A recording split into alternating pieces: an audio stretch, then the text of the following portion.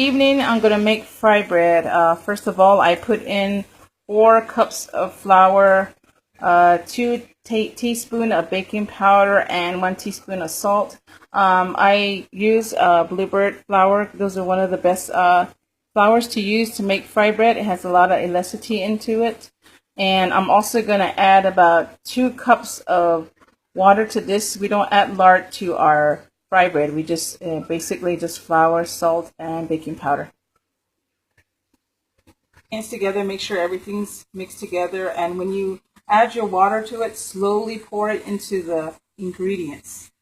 Don't just pour the whole thing in because it's going to come out sticky, and then you just work with it slowly as you mix your flour together like this. Just keep adding little by little.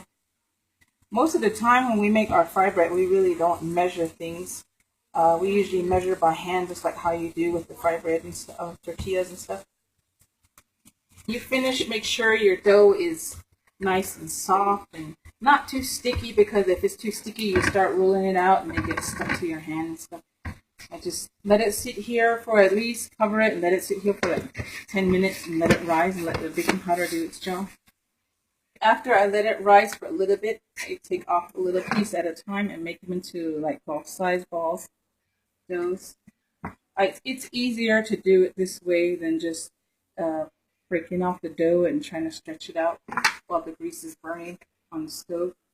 This is how I find it easier for me. We should be able to at least come up with 8 or 10 golf-sized balls.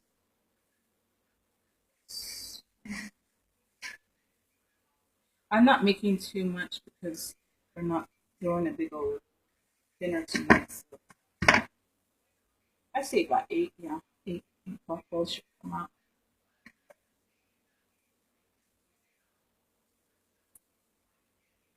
It's easy to stretch by hand when you let it sit for at least another 5 minutes when you make these size. After I do this, I just put them back into the bowl again and let it rise for at least 5 more minutes or so.